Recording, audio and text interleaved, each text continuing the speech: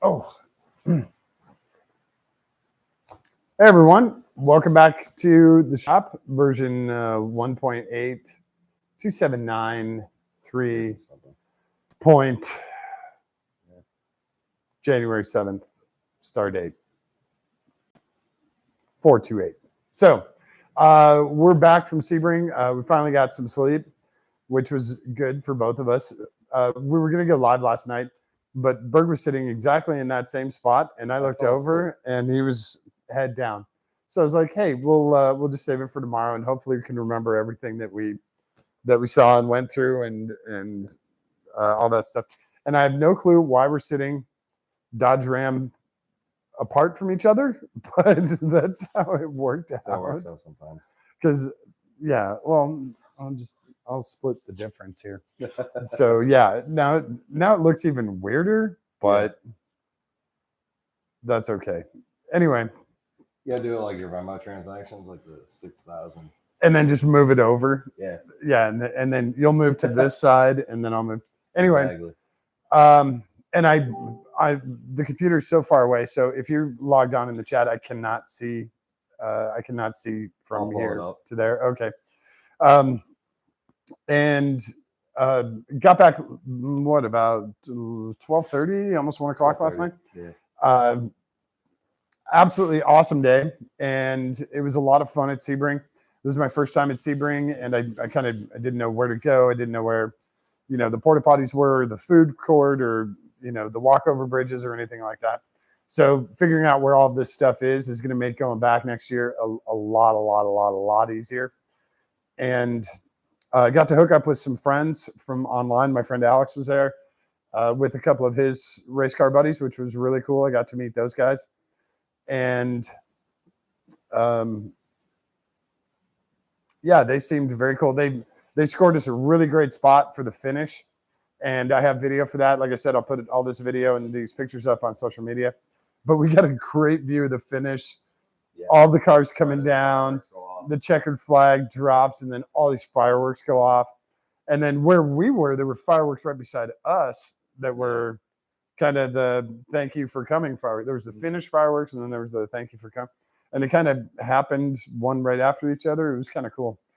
The cars are absolutely bonkers. And we got to go down just behind the pit lane where all the strategists are working, where all the tires are, and watch these people.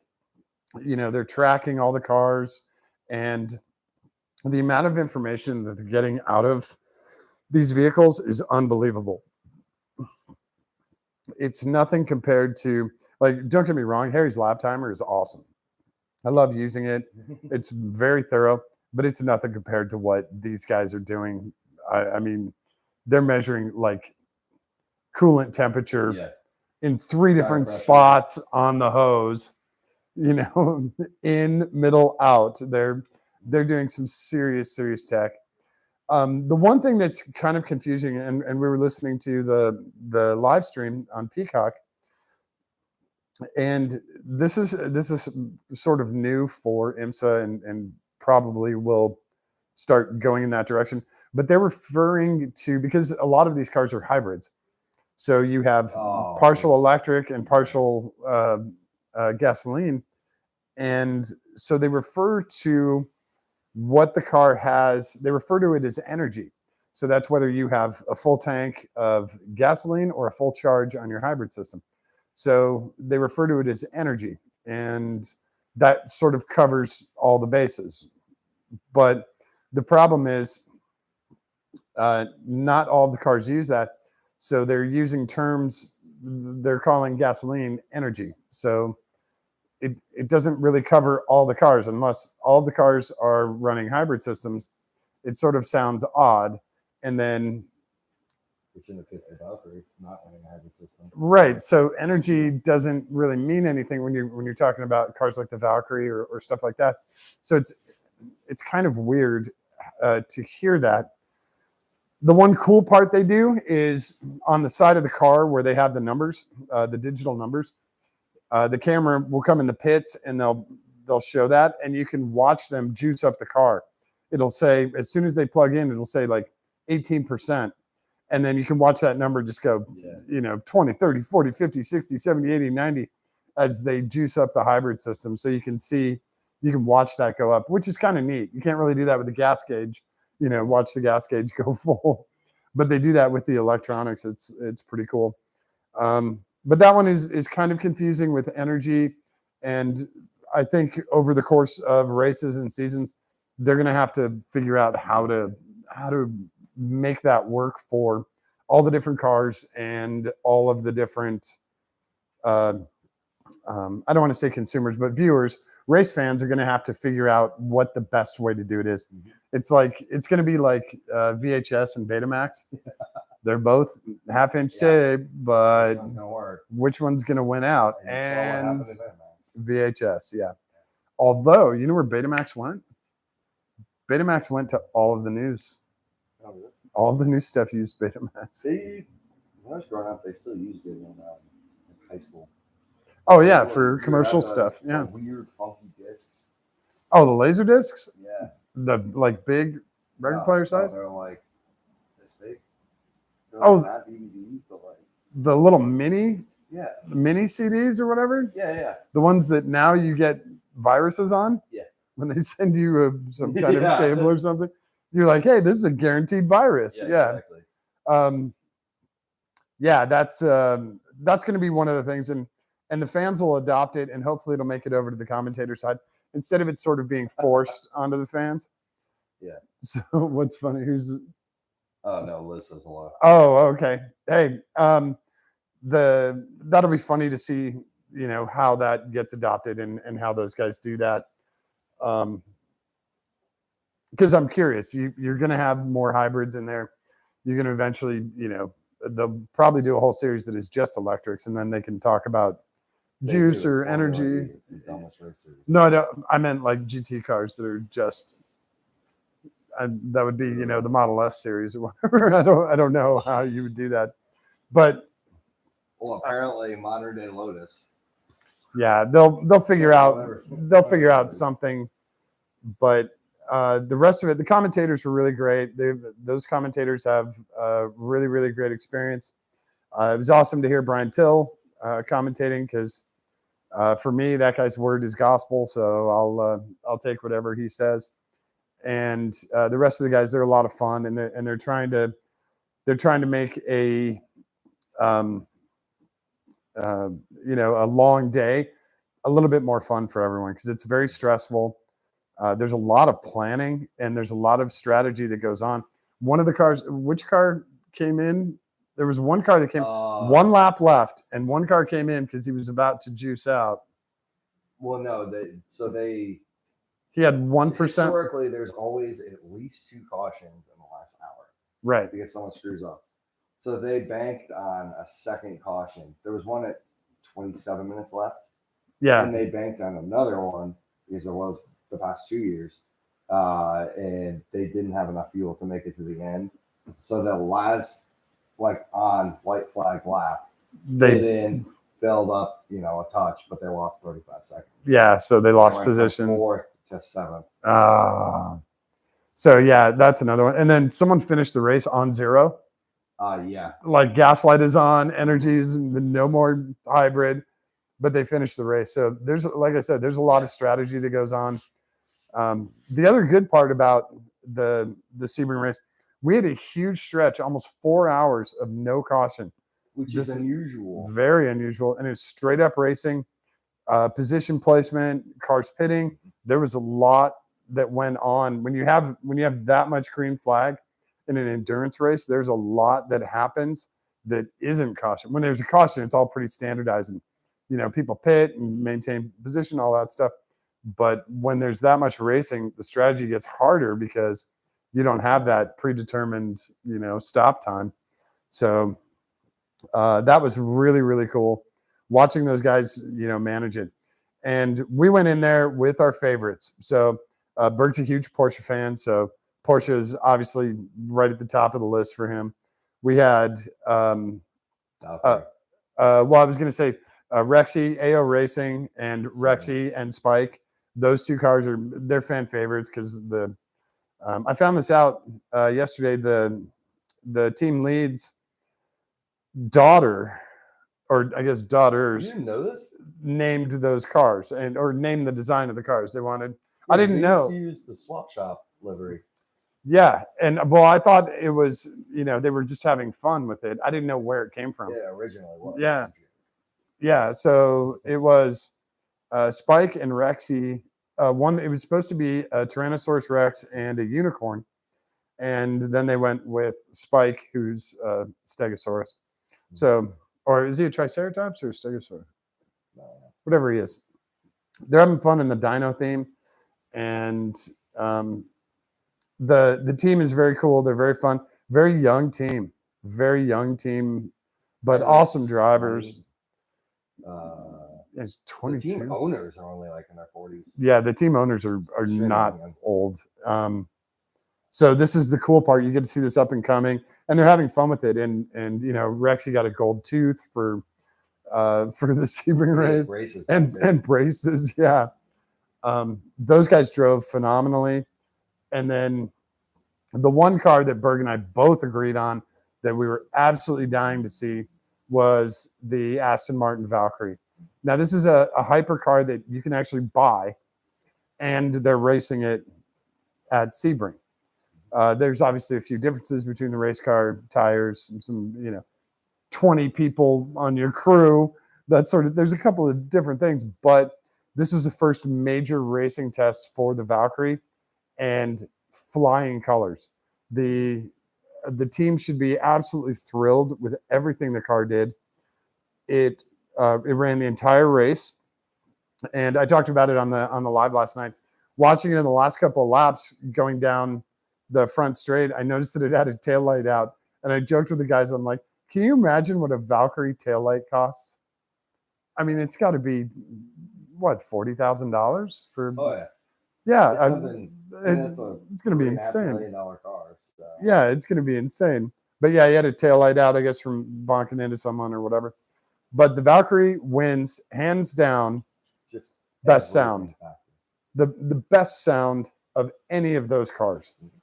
Ripping through those gears, 11,000 RPM. It sounds so great. We were on one of the bridges that goes over the track, and just standing there, you can feel the air move under the bridges as the cars go through. And to hear that thing, I shot some video, which I'll put on social media.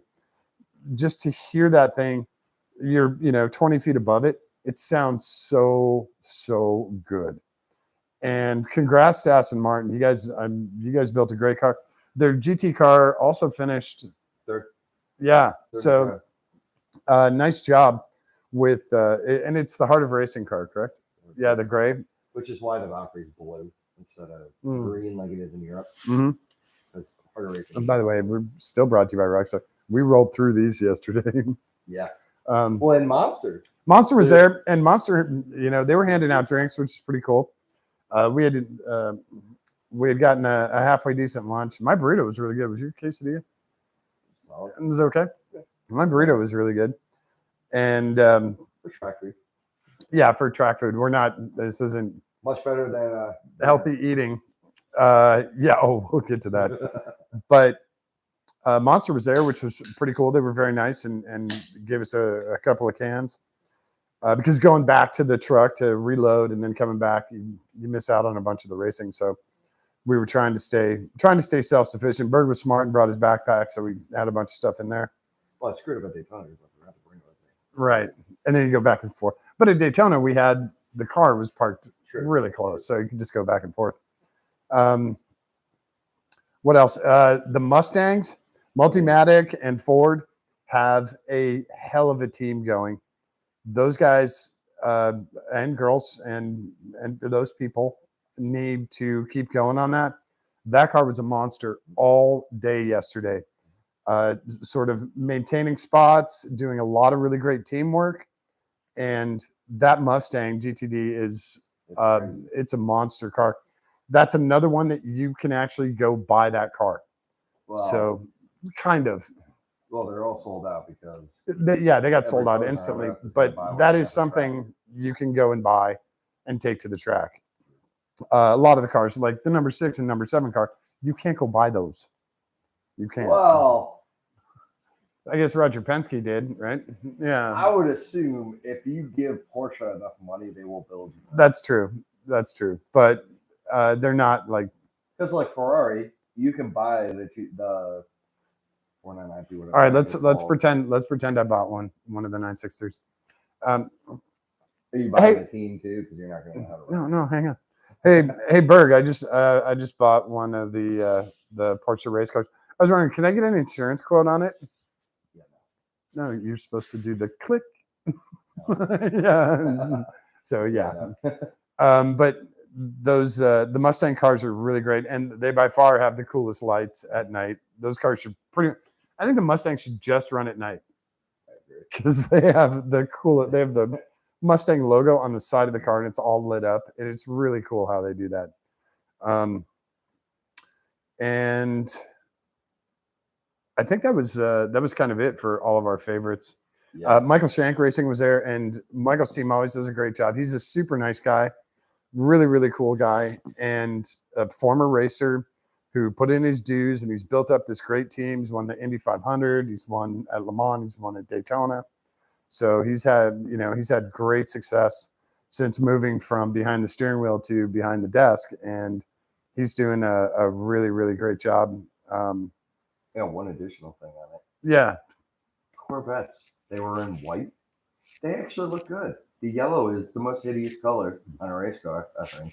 Oh, were there car? Were there C8s yesterday? Oh no, I thought there were a bunch of NSXs apparently. Yeah. Yeah, Chevy has done the greatest job in the world of making a muscle car sound like a Ferrari. Yeah. Or whatever people want, I guess. It was a little overload yesterday on that. There were a lot of jean shorts and a lot of New Balances at the event, if you know what I mean. A lot of satin jackets and gold chains. So yeah, I don't know if the other kind of cool thing was the Ferrari. It was AF Corso. Their Ferrari was running absolutely fantastic and got caught in the marbles and went off track, went through one of the little cardboard signs that says WeatherTech on it, and came right back on track, clean. But the oddest part was the car was undamaged. Like if you looked at it, it looked perfectly fine. But eventually it looks like they had a coolant leak and they lost an engine about an hour later. But when you looked at the front of the car, like all the canards were still there, all the headlights were still there, windshield was fine. You're like, okay. So that was kind of interesting to see. And the driving by those guys at AF Corsa were phenomenal. Because to go off track like that, it's very easy to just beer can it in the wall. And they did a great job recovery and getting back out on track.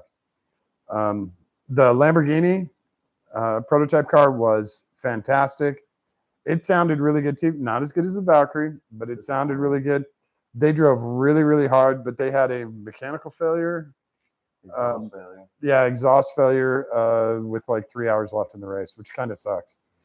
But they had a better outing than they did at Daytona, where they only lasted 20 minutes and the car blew up. So they had a much better Sebring. It didn't blow up. It was the hybrid system. The hybrid system failed? Yeah. I thought that was on the Shank car.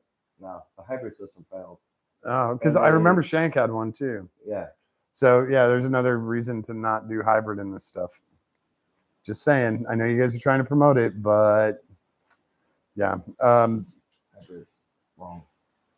There was an interesting penalty with it was a pit penalty. Was it with the AMG, the Mercedes? Oh, where the tire one? Yeah. They were penalized because someone on the cold side of the wall, there's the cold side, which is this side, and then pit road, which is the hot side.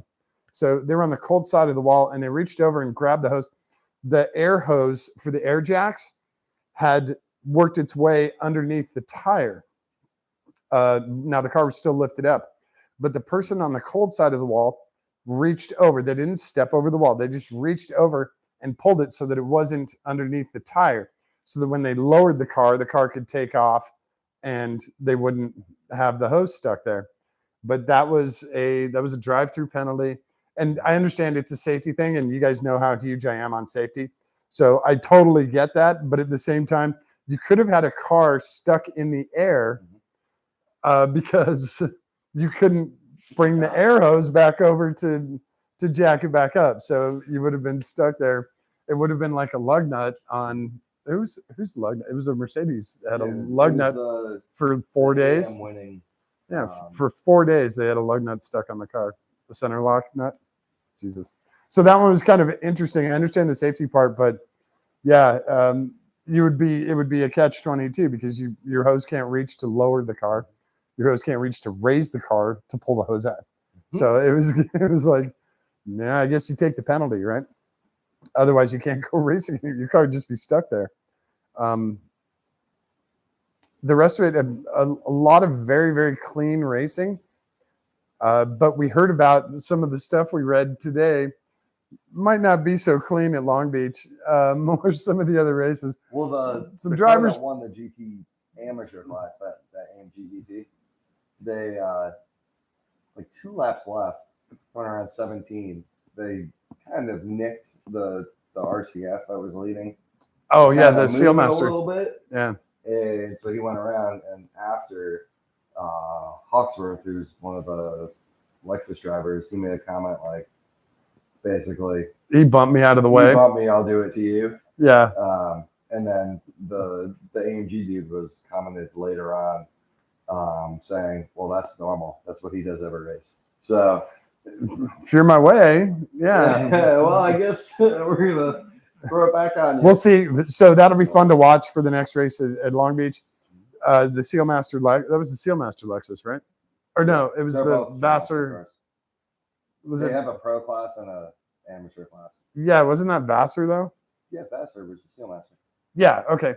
So just watch the Lexus and the AMG Mercedes, and we'll see what happens. Because yeah, but the rest of the day was actually really good, except for dinner. Dinner sucked. We had a great parking spot, so we jammed out really quick, and we go up to the little town of Sebring and get dinner.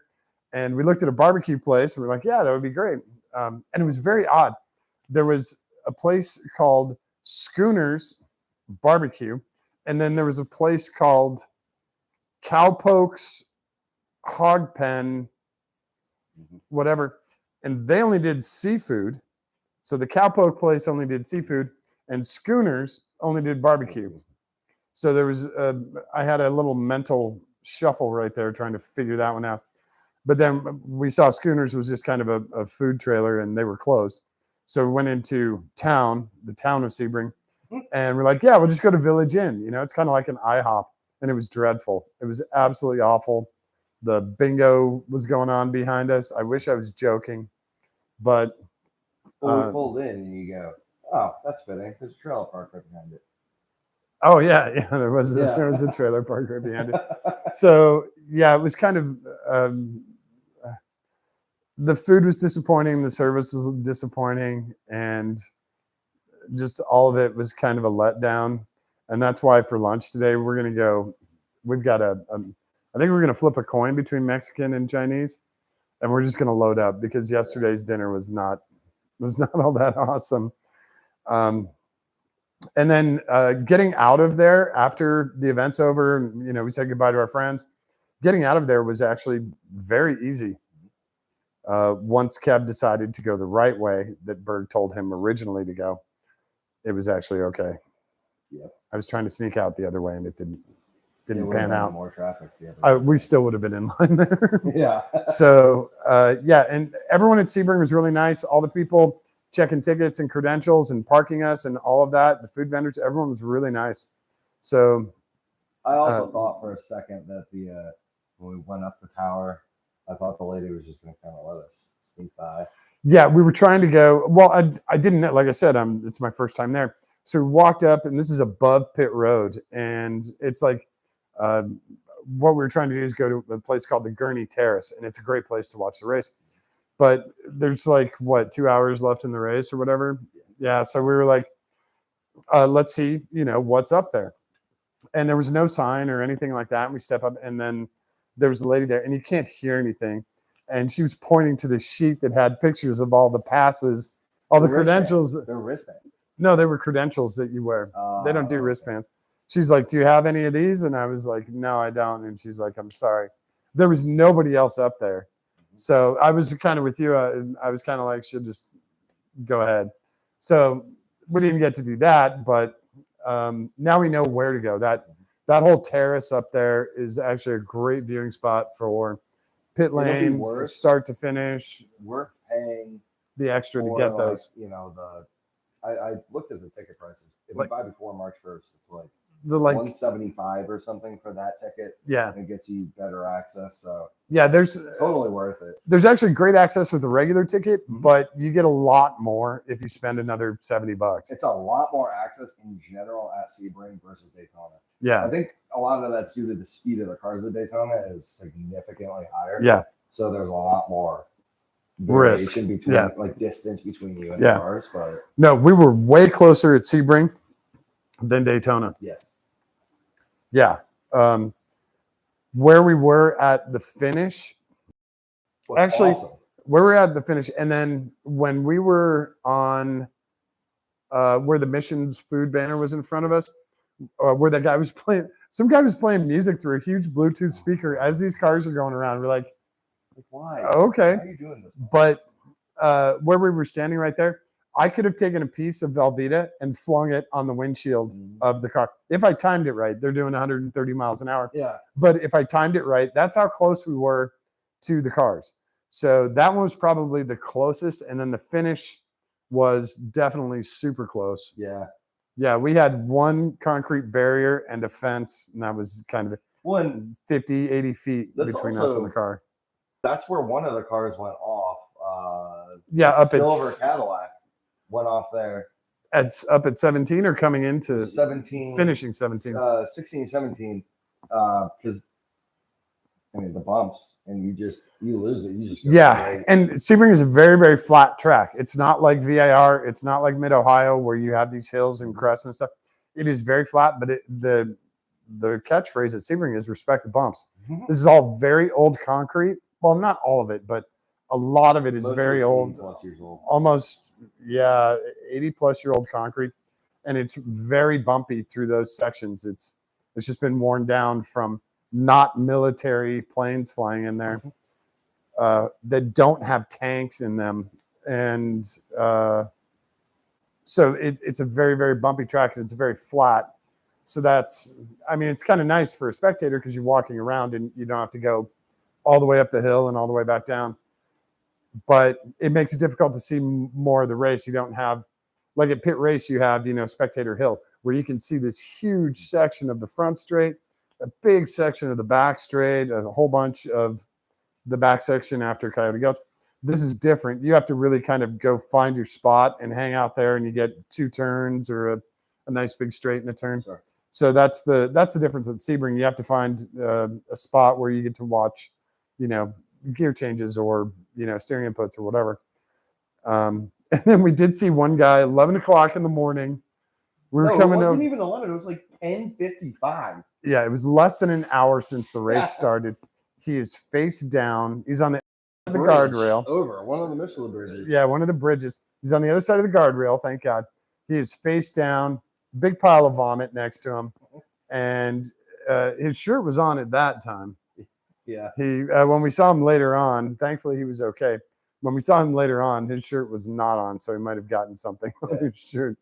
But yeah, hardcore race fans, if you're day drinking and you puke and pass out, not even an hour into the race, I don't know. Maybe there's a problem there, or I guess it's one thing too if it's Daytona because you have 24 hours, yeah. so you can miss a start. It's not a big deal. But like Sebring, it's only 12 hours. So like, But I'm sure that he got there the night before, and he's Oh, just yeah. been been most people going. got there 2 weeks before. Yeah, they've been going the whole time. Yeah. So it was a lot of fun, and it was cool because Berg had been there before. So I had kind of a guide, and he's like, "Yeah, we should go over to 5 turns, 5 and 7. We should go back over here. Hey, let's check out the infield." So it was kind of nice to have that basic guide, and they have maps up and stuff to show you. Although none of the maps said you are here, You had to figure out where here was. Well, you got to do what I do. Like you go to like a historic or like a SCCA or whatever event before when it's just open country and you just go. Yeah, when it's $10, that's when you go and figure out where everything is. We should have done HSR last weekend.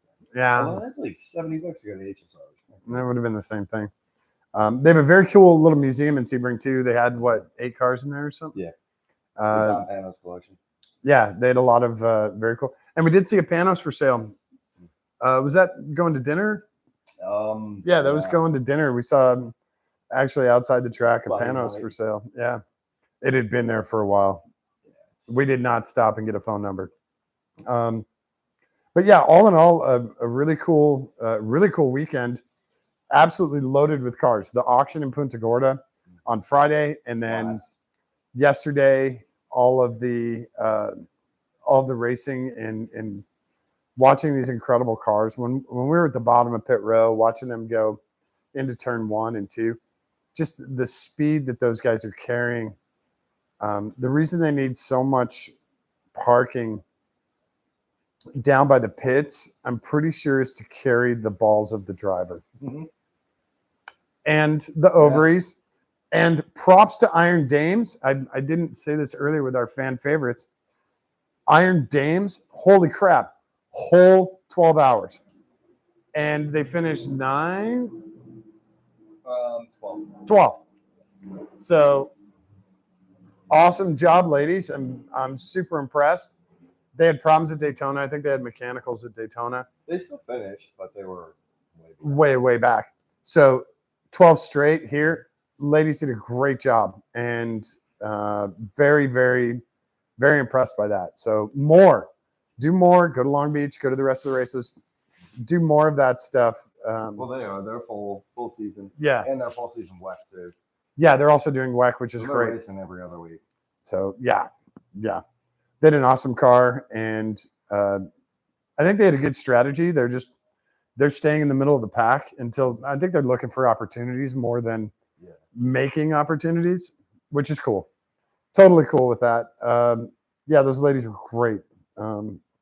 Very experienced crew too, or very experienced driver team. Catherine and all the other ladies, they know what the hell they're doing. So I have some bad news for everyone out there. They're faster than you are at the track. You just got passed by a girl. Yeah. That's how it works. What their bumper sticker says? I don't know. I hope it does. I think it says somewhere on the car, or it used to on there when they had the. I got Trina one for her Porsche.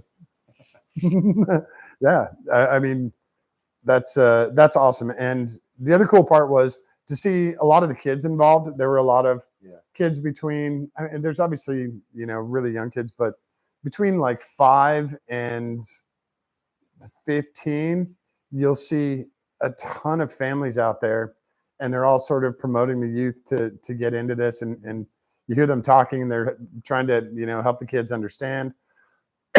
It doesn't have a shifter like Daddy's car. It has paddles up here like Mommy's car.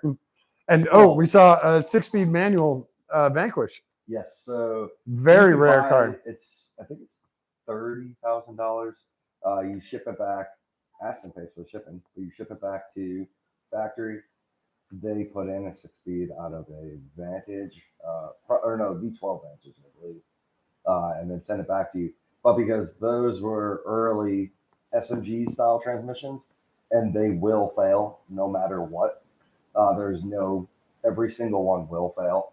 So Aston does pretty well in doing the swaps. They deliver a crap transmission, and then people pay them for the really good one. It's not like an IMS bearing on a 911. Right. That might fail like 0.001% of the time. Yeah. But everyone on Earth thinks it's going to break. But the SMG will go. No, it's rod bearings on BMW. Right. Yeah. So it was a really rare car to see. Yeah. It was parked. Very cool. It was parked up close to the grandstands, and Berg actually, he was like, "Yeah, Vanquish." And then we looked at it, and we walked past. I go, and then he goes, "Hold on." Is it a manual? And he runs back, and then he whips out his phone. And he takes a picture. He's like, "It's a 6-speed." That was a very cool car. Lots of very cool spectator cars. GT3 RS is. Let me see a dozen of those. Saw a really cool. Well, they're mass produced now. Miami spec slant nose Wow. in bright Speed canary yellow, color? speed yellow. I was going to say canary yellow. It was very cool. It was very cool. So I don't know. It was an awesome weekend. I had an absolute blast. Thank you for coming down and hanging out. And all it does is just push me to race more and get to the track more and do more cool shit like that. It's a lot of fun. So with that, we're going to be we're just a few weeks out. We're 4 weeks out from Lemons, 3.5 weeks out from Lemons at Pit Race in Pittsburgh, just north of Pittsburgh. So enjoy the cold. Yeah, hopefully it's nice like this. God, it is absolutely gorgeous here today. That's why both garage doors open, because we have a 10, 15 mile an hour wind, and the wind takes care of all the humidity, and it's a beautiful day here. Which that was actually a good perk yesterday. Sebring was extremely windy. Yeah, we had wind all day yesterday. As can be, but it wasn't bad. It was almost 90 degrees yesterday at Sebring, but we had the wind. There was no, I wasn't sweaty or anything. It was great. It was very nice. So we have the same thing here today. Probably won't have that in Pittsburgh. But the cool part about racing at Pit Race, in April, you wonder, will it be sunny skies? Mm-hmm. Will it be rain? Will it be snow? Will it be grapple? Or will you get all of those in an hour? Yeah. And you guys think that's a joke? I've actually watched it happen. I've actually been there when it happened. The day I bought my my Abarth, 8 years ago or whatever, it snowed the morning, and by midday it was 55 degrees. Sunny and 55, yeah. So when we race at Pit Race, that's one of the biggest considerations is the weather. We never know what's going to happen. Well, it was 80 the other day, and it's sunny at 64 today. Oh, where's that? So in Ohio? Okay. Yeah. Good. Okay. So a nice day in Ohio. Good. That's good for everyone. And big props to the Bryans and Dakota for taking care of the stuff up at the shop. Those guys have been kicking ass with the MR6 and the Monza. While I'm down here, they're doing all they can up there. They did test drives yesterday with the MR6 and said it handled great with the new brakes in the back. So we're looking at a really, really awesome race car, and I'm excited. I'm pretty quick with the MR6 at Pit Race, so hopefully we can set some lap records and have a good time with that. Supposedly you already have a lap record at Pit Race. Yeah, AW11. I think fastest AW11 lap at Pit Race, but I'll break it. I don't care. And that kind of shit doesn't. I don't really need that. Trophies or awards or anything. I need to go do laps at the track. That's the other nice part. Sebring is really close. It's an hour and a half. It's basically it's equidistant for both of us. It's an hour and 40 for me. Yeah, it's like driving to Mid Ohio for me. Mm-hmm. So it would be a lot of fun to go there. The only thing I don't have is the hills, the crests and the blind turns and stuff. Oh, the track will make them. But yeah, it doesn't matter. Getting out on track and getting the laps in is the important part. So. That's the good part. I have, and SCCA has a huge presence there, which is great. So they have their own building, and their own parking lot. So we'll definitely do more stuff up at Sebring, and hopefully we can do live streams and stuff from up there. And if Lemons comes back to Sebring, that would be great. We could definitely do that again. So that's about it for today and for this weekend. Like I said, it was just an awesome weekend. I got a huge photo dump from the auction on Saturday, and then, or no, it was the auction on Friday. Yeah, the auction was on Friday. It's only Sunday today. Racing, yeah. My days are all blending together. So I've got a bunch of pictures and a bunch of video from yesterday. I'll put those all up on Facebook and Instagram. You guys can check those out. If you have any questions, definitely shoot me a message. And thank you everyone for subscribing. We'll get back to the Miata's right behind you, where if you're watching this, you're basically sitting on the Miata. The Miata will be back in action soon, and we'll definitely do more stuff on the Viper. Right now, before we go to lunch, we're going to figure out a bolt size on Berg's car before we go to lunch. So that's about it. I really appreciate you guys. And if you're new, don't forget to hit the subscribe button and tell your friends.